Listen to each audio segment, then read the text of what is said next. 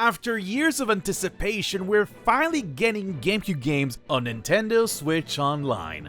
And I absolutely love the GameCube, it's one of my favorite consoles of all time.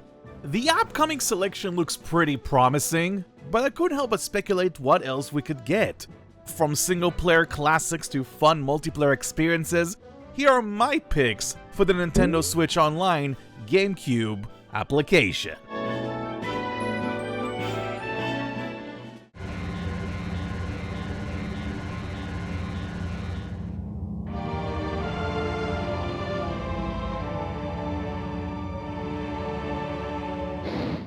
With Metroid Prime 4 finally releasing, it'll be a huge boon to have Samus's sophomore adventure on the NSO. Metroid Prime 2 Echoes had the misfortune to come out at perhaps the most stacked holiday season of the entire generation back in 2004. Still, the second Metroid Prime game remains a great experience that is worthy of the follow-up to the original. Between introducing the shifting mechanic going between the light and dark world, and adding classic Metroid abilities for the first time in 3D, Echoes definitely stood the test of time. And who knows, maybe some people would actually try to play the multiplayer mode of this game for once.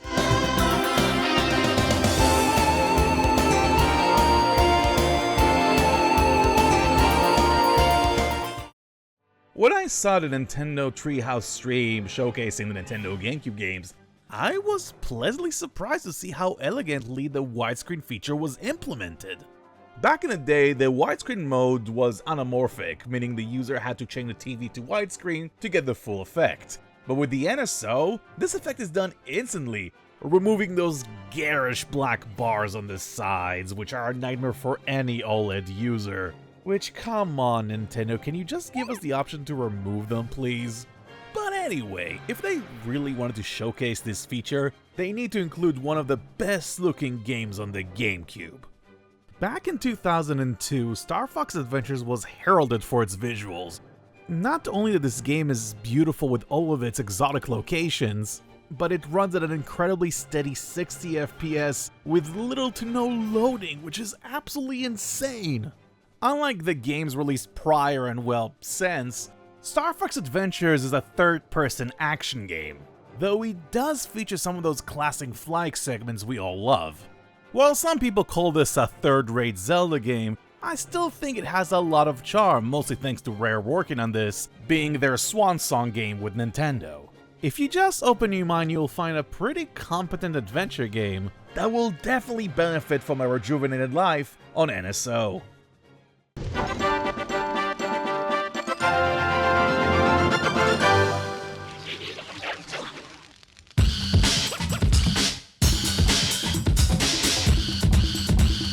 Even though the GameCube wasn't the first Nintendo system to have 4 controller ports, it was still a multiplayer juggernaut, and to prove that, you can look no further than Super Monkey Ball. I would be delighted to see any of the 2 Monkey Ball games make it on the NSO, and the second game even has widescreen support. Those games control by far the best on the GameCube with impeccable analog controls. There are hundreds upon hundreds of different floors in the main mode in which you have to roll your monkey to the goal, and it definitely gets much harder later on, but thankfully with the NSO save states, it shouldn't be as difficult. And I'd be remiss if I didn't mention the robust multiplayer, as both feature a bevy of entertaining party modes. While not all are winners, the quantity alone makes them worthwhile to just check them out. Between racing, boxing, and of course, Monkey Target. That mode alone deserves the price of admission. Okay, true, both games were recently remastered in Super Monkey Ball Banana Mania, but I would argue they don't control as well in that particular installment. Plus, in Super Monkey Ball 2, you get a GameCube level. Need I say more?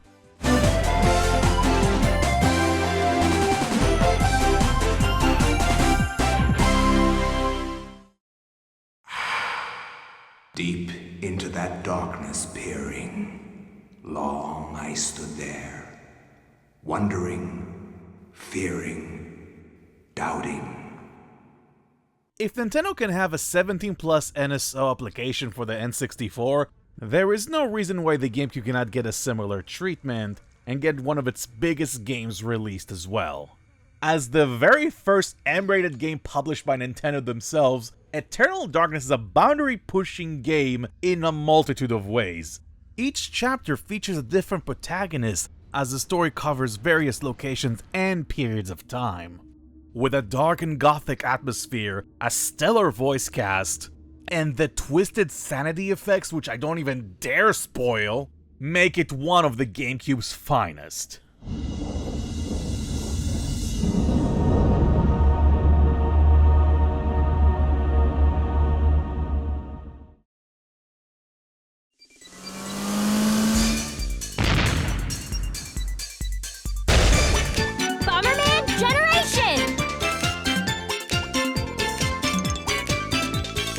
The GameCube has a lot, and I mean a lot of hidden gems. But considering how beloved his N64 adventures were, I seldom hear about Hudson's plucky mascot's adventures on Nintendo's purple lunchbox. Having the game on NSO can open a door to a brand new generation to experience one of the best games in the Bomberman legacy.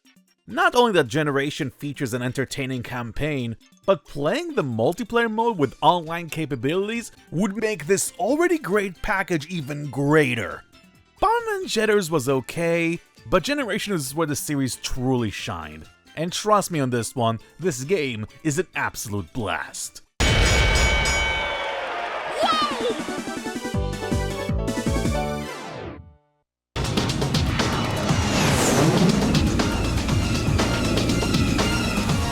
Okay, Metal Gear fanboys, lower your pitchforks. I know that the Twin Snakes was often maligned by the fanbase, what with the over-the-top cutscenes and how the MGS2 style of gameplay doesn't mesh with the MGS1 level design, but this is how I experienced the original Metal Gear game all those years ago. And let's not pretend this franchise hasn't been off its rocker for decades now.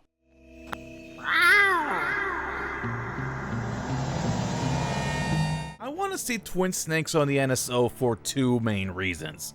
One, I think it's going to be very approachable for newcomers to the series, and two, honestly for game preservation's sake. Twin Snakes has become one of the most expensive GameCube games out there, so it'll be nice to have it available for everyone to play.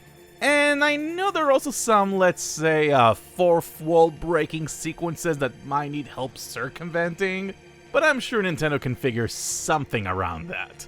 It's probably the least likely entry in this whole list, but it's worth it just to see Snake act like a dork. So, someone needs to penetrate, gather intelligence, and report back.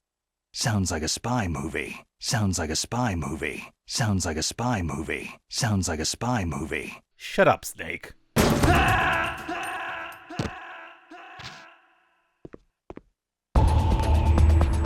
What's wrong? Snake!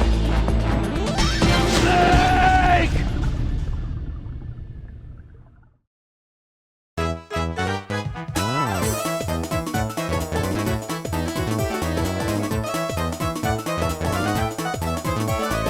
Listen, Mario Party 1 through 3 made it on the N64 NSO, so I want Mario Party 4 through 7. I don't need to explain myself because it's frickin' Mario Party. Just the idea of playing all those boards and minigames online with friends makes me salivate. And heck, maybe Nintendo can figure out a clever way to include all the microphone minigames from 6 and 7. I don't know, they can use the game chat camera, but the point is, I just want more Mario Party. Is that too much to ask?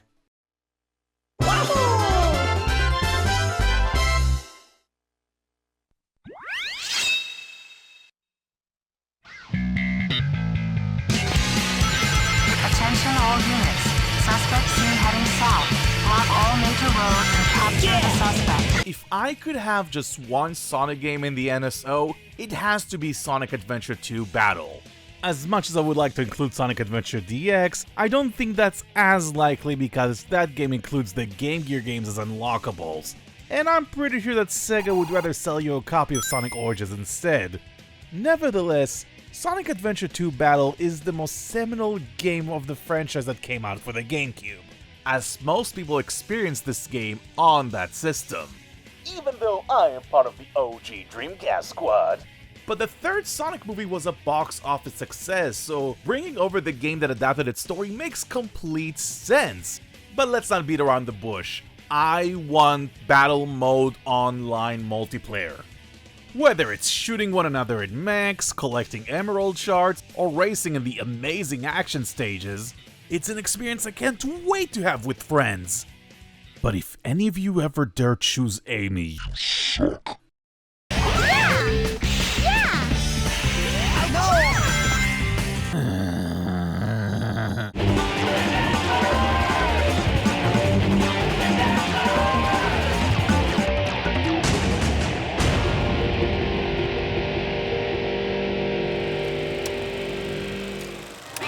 Superhero, the only one who can save the world from extinction.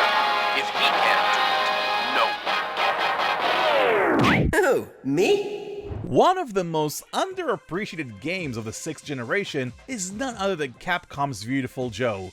Hideki Kamiya's brainchild is a stylized action game starring the titular Joe becoming a Sentai-like superhero, having cool powers like slowing down or speeding up time. This allows Joes to kick ass in a multitude of creative ways, and those same temporal powers can solve various puzzles throughout the game. Capcom has been reviving a lot of their older franchises like Onimusha and Okami, so why not give Joe another time in the spotlight? Beautiful Joe is a masterclass in action games, and maybe its success can lead to the sequel showing up on NSO 2. And fine, I'll take Red Hot Rumble 2, I guess. Head to the go-go, baby!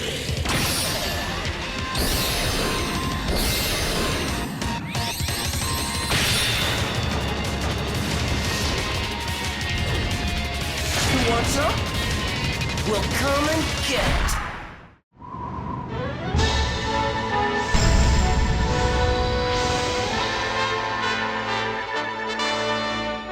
Last but not least, please give me Skies of Arcadia Legends on the NSO. And right from the get-go, how can you say no to a premise like this? What if pirates sailed the sky? With a wonderful cast of characters, an engaging turn-based combat system, and the extremely unique ship-based battles, makes this, in my humble opinion, one of the best RPGs of all time. Heck, it's easily in my top 10 games of all time. Quite frankly, I don't know if Sega's ever gonna remaster this game anytime soon, so if I want to meet at least somewhat halfway, just bring it over to the NSO and make it more accessible. And when that happens, I will not cease to shut up about it, because if you have any kind of affinity to this genre, you absolutely must play this masterpiece.